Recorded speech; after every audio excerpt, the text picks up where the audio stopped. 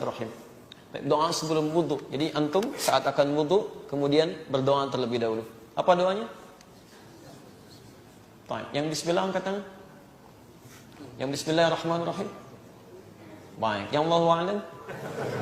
Alhamdulillah. Baik. Jadi kita nggak usah ngarang, kita kembalikan ke dalilnya. Antum baca apa? Tahu nggak dalilnya dari mana? Jangan-jangan selama ini diamalkan nggak pernah tahu dalilnya gitu kan? Baik.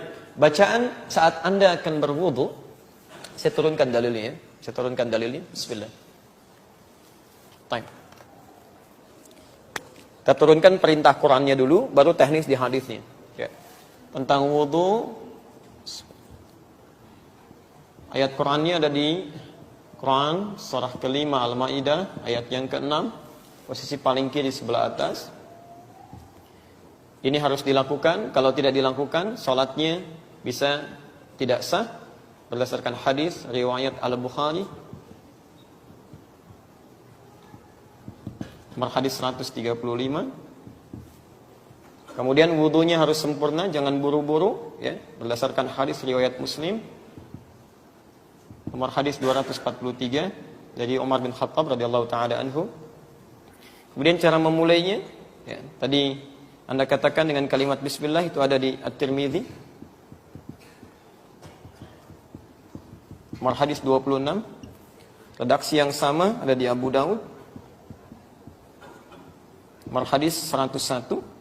Redaksi yang sama ada di hadis riwayat Ibnu Hibban, Sahih Ibnu Hibban nomor hadis 399.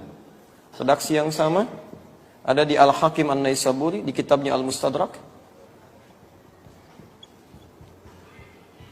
nomor hadis 7000. Baik. Kemudian setan penggodanya, ada nama setannya, namanya Walhan. Jadi ini setan yang suka goda orang wudu, membuat dia was-was apakah wudunya batal atau enggak, kadang membuat dia terburu-buru kan. Kemudian kesempurnaannya, Quran surah kedua ayat 222. Hasilnya Quran surah ketiga ayat 31. Kemudian kalau Anda ingin agak lengkap kitabnya, saya berikan dua kitab. Pertama Fathul Bari Syarah Sahih Al-Bukhari karangan Ibnu Hajar Al-Asqalani, jilid yang pertama halaman 214. Kemudian Al-Minhaj, tapi Al-Minhajnya yang Syarah Sahih Muslim, bukan Al-Minhaj yang buku saku ya. Ada 9 jilid di situ, cari jilid yang ketiga halaman 95. Yang saya punya cetakan Darul Hadis, warnanya biru dongker, tahun terbit 2002. Ya, pas ya, satu papan tulis. Baik. Perhatikan teman-teman sekalian. Ya. Pertama kita mulai dulu dari kaidah wudu, kan? Ada perintahnya dalam Al-Quran, baru kemudian turunan praktek hadisnya. Perhatikan kalimatnya. Ya. Quran surah kelima Al-Maidah ayat yang ke-6, posisi paling kiri sebelah atas.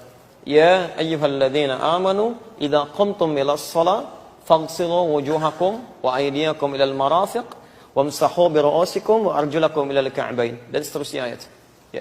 Hei orang-orang yang telah menyatakan dirinya beriman kepada Allah Subhanahu wa taala, jika Anda ingin menunaikan salat dengan sempurna. Tolong garis bawahi penerjemahannya. Jika Anda ingin menunaikan salat dengan sempurna, faghsilu wujuhakum, maka mulailah berwudu dengan membasuh yang pokok, ya, basuh wajah. Ya. Kalimat di sini seakan memberikan kesan bahwa orang-orang yang ingin salatnya sempurna, maka dia harus memulai dengan wudu. Jadi kalau ada seseorang memulai salat tanpa berwudu, maka salatnya tidak sah di situ, tidak sempurna salatnya. Jelas di sini. Baik. Karena itu muncul hadis Nabi Shallallahu Alaihi Wasallam diriwayatkan oleh Imam Al-Bukhari nomor hadis 135. Beliau sampai menyatakan kalimat yang tegas, Rasulullah SAW, la tuqbalu salatu man ahdatha hatta yatawadda. Tidak akan pernah diterima salat yang orang yang punya hadas sampai dia berwudu. Ya, hadas itu artinya belum berwudu. Jadi kalau antum salat khusyuk apapun sampai menangis luar biasa, bacaannya panjang tapi nggak punya wudu, nggak akan diterima. Ya. Ini poinnya. Yang kedua, tidak cukup berwudu saja, tapi mesti sempurna wudunya. Sempurna wudunya. Bahkan Umar bin Khattab dalam hadis riwayat Muslim nomor hadis 243, sahabat Umar bin Khattab radhiyallahu taala anhu pernah mengisahkan, kata beliau, anna rajulan bahwa seorang lelaki kana yatawaddau, adalah beliau sedang berwudu. Ada seorang lelaki di zaman Nabi, seorang sahabat sedang berwudu, fataraka mawdhi'a dhufrin, maka dalam wudunya itu karena tergesa-gesa meninggalkan basuhan seujung kuku. Di sebagian tempat wudunya, di kakinya. Jadi begitu dia mau membasuh, di kaki, kan? Tiba-tiba karena terburu-buru sebagian anggota wudunya tidak terbasuh, cuman seujung kuku saja. Fa'absarahu an-nabiy sallallahu alaihi wasallam, maka kelihatan oleh Nabi sallallahu alaihi wasallam tertinggal seujung kuku itu. Faqala lahu, maka Nabi sallallahu alaihi wasallam berkata pada orang ini, irji' fa ahsin wudu'aka. Irji' fa ahsin wudu'aka. Kamu balik lagi, ulangi lagi wudunya, sempurnakan. Anda bisa bayangkan, orang yang wudunya tertinggal sedikit saja, kata Nabi, ulangi, enggak benar wudunya, sempurnakan. Apalagi yang enggak wudu. Paham sampai sini? Baik, bahkan ada orang yang sudah wudu selesai, kemudian maksa sholat, ada. Itu tidak saya tuliskan. Di Al-Bukhari nomor hadis 751, 757, di hadis Muslim nomor hadis 397, babul musifis sholat. Bab orang yang sholatnya bermasalah. Ini menarik ini. Saya sering ungkapkan hadis ini. Ja'a rajulun ila Nabi sallallahu alaihi wasallam. Datang seorang lelaki pada Nabi sallallahu alaihi wasallam. Fadakhala ila al-Masjidin Nabawi, maka masuk ke masjid Nabi, namanya Khalad Az-Zuraiti. Fa shalla bi jambin Nabi sallallahu alaihi wasallam. Salat di samping Nabi sallallahu alaihi wasallam. Salat aja enak. Dari takbir sampai salam. Falamma sallama yaminan wa syamala, tatkala salam ke kanan dan ke kiri, pakai fa, ingat apa yang saya jelaskan di awal. Faqala lahu an-nabiy sallallahu alaihi wasallam. Nabi tidak menunggu lama, langsung mengatakan pada orang ini, "Shalli fa innaka lam tusalli." Anda salat lagi karena Anda belum salat. Fa'ada salatahu 3 marat, maka dia mengulang salatnya sampai 3 kali. Faqala lahu an-nabiy sallallahu alaihi wasallam mithla ma kana. Namun Nabi tetap mengulang kalimat yang sama. Anda salat lagi karena Anda belum salat.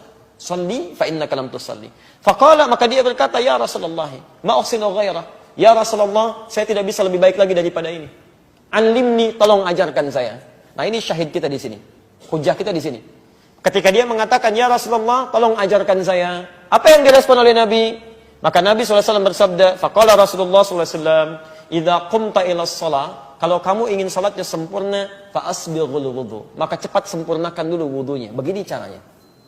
Kata para ahli hadis, kalau yang bermasalah cuma salatnya saja, maka Nabi akan mengatakan, kalau kamu pengen salat begini caranya. Takbir, angkat tangan segini, sampai salam.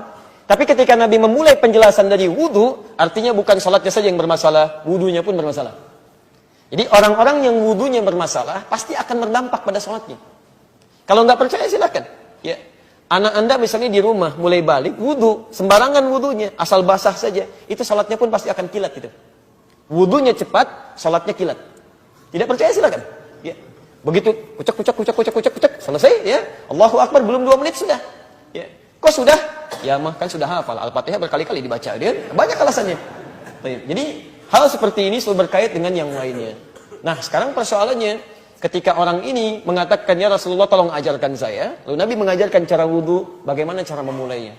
Maka dimulai di At-Tirmidzi nomor hadis 26, redaksi yang sama di Abu Dawud nomor hadis 101, ada juga di Al-Mustadrak Al-Hakim An-Naisaburi nomor hadis ke-7000, juga di Ibnu Hibban nomor hadis 399.